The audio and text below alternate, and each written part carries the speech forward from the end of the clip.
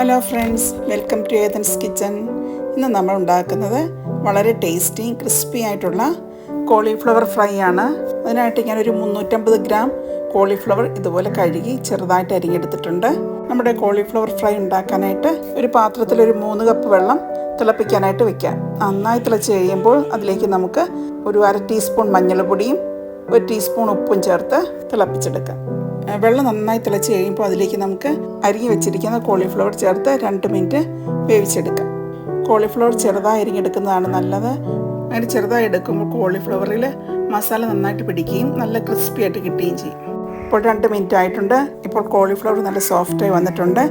അതിനകത്തുള്ള വെള്ളം നമുക്ക് അരിപ്പയിലൂടെ ഊറ്റിക്കളയാം. ഇനി കോളിഫ്ലവർ ഫ്രൈ ഉണ്ടാക്കാനുള്ള മസാല തയ്യാറാക്കാം. അതിനായിട്ട് ഞാൻ 1.5 ടേബിൾ സ്പൂൺ മുളക് പൊടിയും 1 ടീസ്പൂൺ കുരുമുളക് പൊടിയും 1/4 ടീസ്പൂൺ മഞ്ഞൾപ്പൊടിയും ആവശ്യത്തിനൊപ്പം ചേർത്ത് കൊടുക്കാം.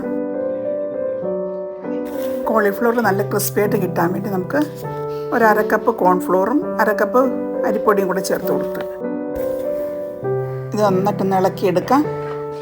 ഇതിലേക്ക് നമുക്ക് 1.5 ടേബിൾ സ്പൂൺ ഇഞ്ചി വെളുത്തുള്ളി അരച്ചതും കൂടെ ചേർത്ത് കൊടുക്കാം. ഇളക്കിയതിന് ശേഷം നമുക്ക് ആവശ്യത്തിന് വെള്ളം ചെറുതായിട്ട് കുറേശ്ശെ വെള്ളം ചേർത്ത് നമുക്കതിനെ ഒരു നല്ല തിക്ക് ബാറ്ററാക്കി എടുക്കാം.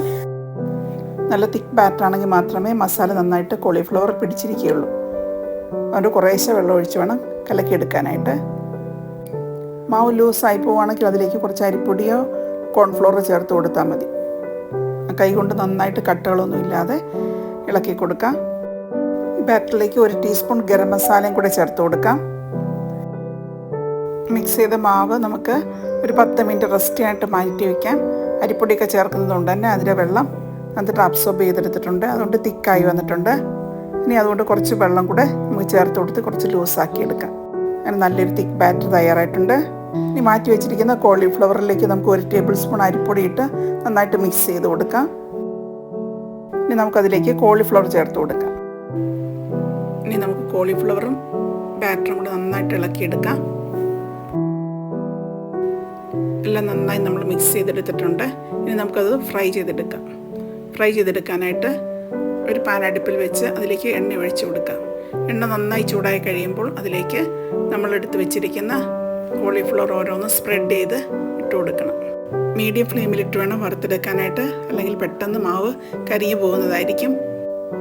മീഡിയം ഫ്ലെയിമിലിട്ട് നമുക്ക് തിരിച്ചു മറിച്ചിട്ട് വറുത്തെടുക്കാം. അങ്ങനെ നമ്മുടെ കോളിഫ്ലവർ റെഡി ആയിട്ടുണ്ട്. ഇനി നമുക്കത് എണ്ണയിൽ നിന്ന് കോരിയെടുക്കാം. ബാക്കിയുള്ള കോളിഫ്ലവർ ഇതുപോലെ നമുക്ക് വറുത്തെടുക്കാം. നല്ല ടേസ്റ്റി നല്ല ക്രിസ്പി ആയിട്ടുള്ള ഒരു സ്നാക്കാണ്. നമുക്ക് വീട്ടിൽ തന്നെ പെട്ടെന്ന് തയ്യാറാക്കാവുന്നതേ ഉള്ളൂ. എല്ലാവരും ട്രൈ ചെയ്യുക, ഫീഡ്ബാക്ക് അറിയിക്കുക. Thank you for watching.